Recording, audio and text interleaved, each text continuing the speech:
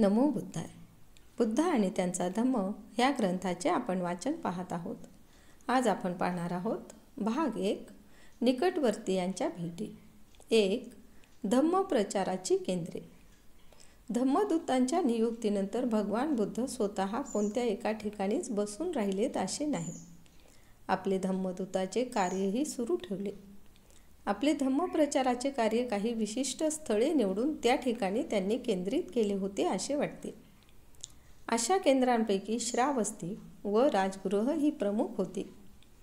त्यांनी श्रावस्तीला सुमारे 75 वेळा व राजगृहाला सुमारे 24 वेळा भेट दिली होती.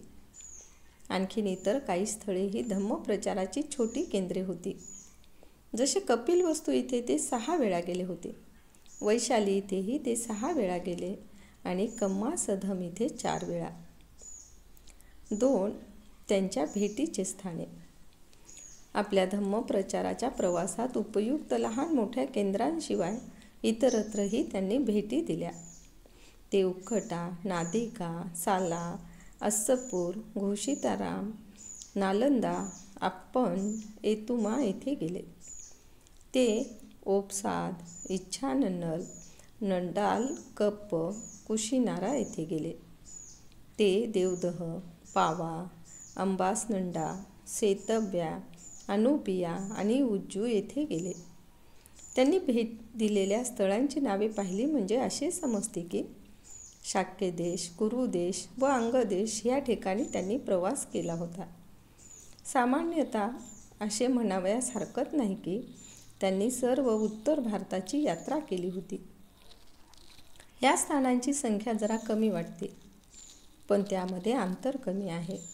लुंबिनीपासून राजगृह 250 मैलांपेक्षा कमी लांब नाही. ह्यावरून अंतराची थोडीशी कल्पना येऊ शकेल.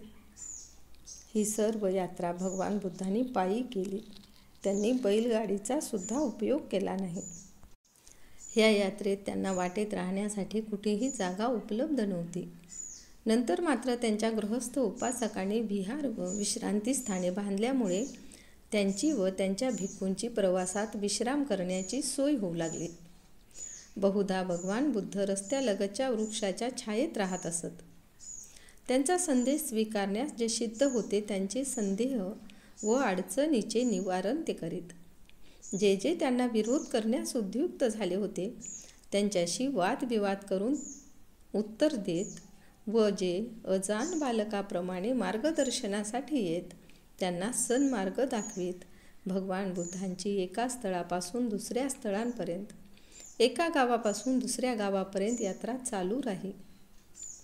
भगवान बुद्ध जाणून होते की जे लोक त्यांचा उपदेश ऐकण्यास येत असत ते सर्वच बुद्धिमान नव्हते, तसेच निर्विकल्प मनोवृत्तीचे नव्हते. त्यांनी आपल्या भिक्खूंना सूचना दिली होती की श्रोतृवर्ग 3 प्रकारचा असू शकतो. निर्बुद्ध, ज्या मूर्खाला काहीही दिसू शकत नाही, तो पुन्हा पुन्हा भिक्खूंकडे जातो, त्यांचे भाषण आधी, मध्ये, अंत असे संपूर्ण ऐकतो, पण त्याला काहीच उमजत नाही, त्याला बुद्धी मुळीच नसते. ह्याहून चांगला म्हणजे जो मन एकाग्र करू शकत नाही असा, तो पुन्हा पुन्हा भिक्खूकडे जातो, त्यांचे भाषण आधी, मध्ये, अंत असे संपूर्ण ऐकतो आणि तसे करीत असताना त्याला ते सर्व उमजतेही, पण तिथून उठल्यावर मात्र काहीच त्याच्या ध्यानात राहत नाही, त्याचे मन कोरे असते. ह्याहूनही श्रेष्ठ म्हणजे प्रगल्भ ज्ञानी माणूस. तो पुन्हा पुन्हा भिक्खूकडे जातो, त्यांचे भाषण आधी, मध्ये, अंत असे संपूर्ण ऐकतो. तसे करताना त्याला ते सर्व उमजते, सर्व काही स्मरणात राहते. स्थिर, निश्चल आणि धर्म व धार्मिक विषयात तज्ज्ञ असे असूनही भगवान बुद्ध धर्मप्रचारासाठी गावोगावी न कंटाळता जात असत. भिक्खूप्रमाणे त्यांच्यापाशी 3 पेक्षा जास्त चिवरे कधीही नसत. ते फक्त दिवसातून एकदाच अन्न ग्रहण करीत आणि दररोज सकाळी दारोदार भिक्षा मागून अन्न जमवीत. कोणत्याही माणसाने इतके कठीण काम पार पाडले नसेल आणि तेही इतक्या प्रसन्नतेने. यापुढे आपण पाहणार आहोत 3. मातापुत्राची आणि पती पत्नीची अंतिम भेट. तेव्हा आमच्या चॅनलला लाईक, शेअर व सबस्क्राईब करायला विसरू नका. धन्यवाद.